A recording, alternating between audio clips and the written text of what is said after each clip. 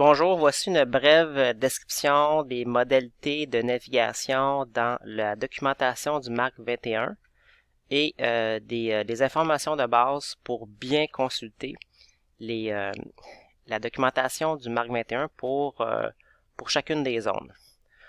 Donc, je suis sur la page d'accueil du MARC 21 en français. Vous pouvez aussi accéder à la version en anglais. Bien important de distinguer le marque bibliographique du marque autorité, ce qu'on appelle vedette d'autorité. La majorité des informations qui sont pertinentes vont être dans le bibliographique. Pour la vedette d'autorité, ça va être pertinent d'y aller pour la zone 100 et 700.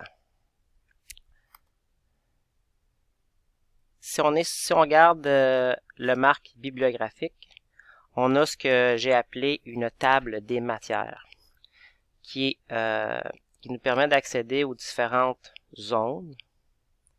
Pour l'instant, les annexes ne sont pas pertinentes. Par exemple, si je veux accéder à la zone 020, il faut que je clique. Zone 020, ça se situe entre 01X et 09X. HTML. Là, je me rends à un deuxième niveau hiérarchique, si on veut, la table des matières. Et pour accéder à la fiche de la zone 020, qui va être pertinent pour ce cours, c'est la zone pour l'ISBN. Je clique sur PDF. Je vais agrandir un petit peu. Donc, on a le numéro de la zone, le titre de la zone, qui n'est pas nécessairement tout le temps identique au nom de l'élément de description, mais lorsqu'on lit la définition de la zone et de sa portée, on nous dit que ça fait référence à l'ISBN. Le R nous donne l'information que cette zone-là, elle est répétable.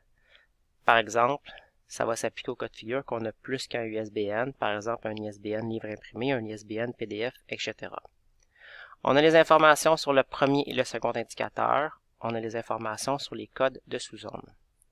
Pour la 020, c'est non défini, donc ça va toujours être dièse dans tous les cas de figure. Pour les codes de sous-zone, le $A, on va enregistrer l'ISBN. Puis, dans le $Q, ça va être l'information complémentaire, par exemple, livre imprimé entre parenthèses, PDF entre parenthèses. Pour nous aider à enregistrer les éléments de description dans le MARC, c'est judicieux de consulter les exemples. Toutefois, il faut faire attention. Ici, là, c'est en RCA2. Là. Il y a des abréviations et nous autres, on ne va pas faire ça comme ça. Donc, dans la plupart des cas, c'est un ISBN sans qualificatif. Ben, ça va enregistrer les chiffres un à côté de l'autre, sans tiret, sans le libellé ISBN. Si on a à inscrire une information entre parenthèses, PDF ou livre imprimé, ça va être dans $Q. Il y a peut-être d'autres exemples ici. Non. Pour l'entre parenthèses, c'est dans la politique locale. Donc ici, on a un cas de figure de fiche qui est assez simple. Les sous-zones aussi peuvent être répétables ou non répétables ou répétables.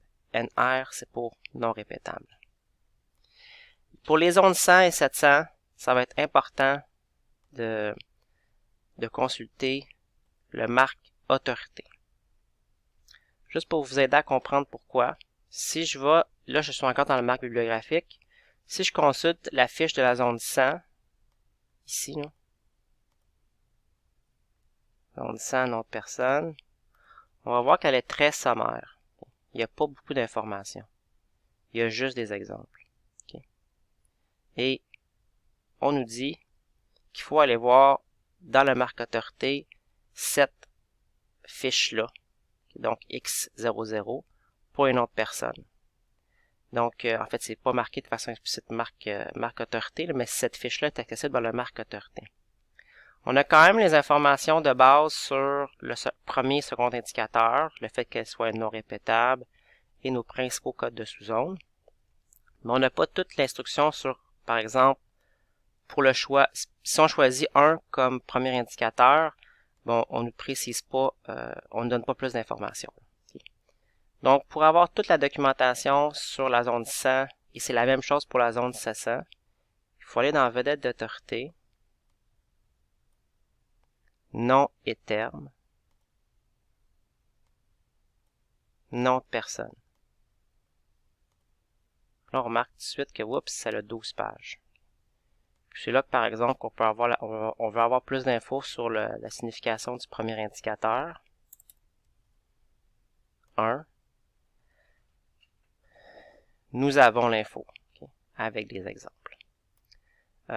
Donc, bien important là, pour la zone 500, il faut aller dans le marque autorité. Il n'y a pas de... La façon dont je viens de faire là pour accéder aux zones marques, c'est la plus simple par la table des matières. Il n'y a pas de moteur de recherche. Une option, c'est d'utiliser Google, okay, si vous voulez vraiment être précis dans vos recherches. À l'examen ou même dans le cadre de vos laboratoires, ce que je vous suggérerais de faire, c'est d'ouvrir les fiches des zones marques dans votre navigateur. Par exemple, j'ouvre la 020. Là, vous ne le verrez pas dans mon navigateur, là, mais ouvrez dans un nouvel onglet. Donc, vous faites ça pour ça fait 7 fiches, en fait, parce que pour la 100 et la 700, c'est la même fiche. Mais, donc, c'est une suggestion que je vous fais, autant pour vos laboratoires que que les examens. Tout simplement, ouvrir les fiches dans des onglets, puis ça va faciliter la consultation de la documentation. Donc, j'espère que cette petite vidéo vous aura été utile. Merci beaucoup.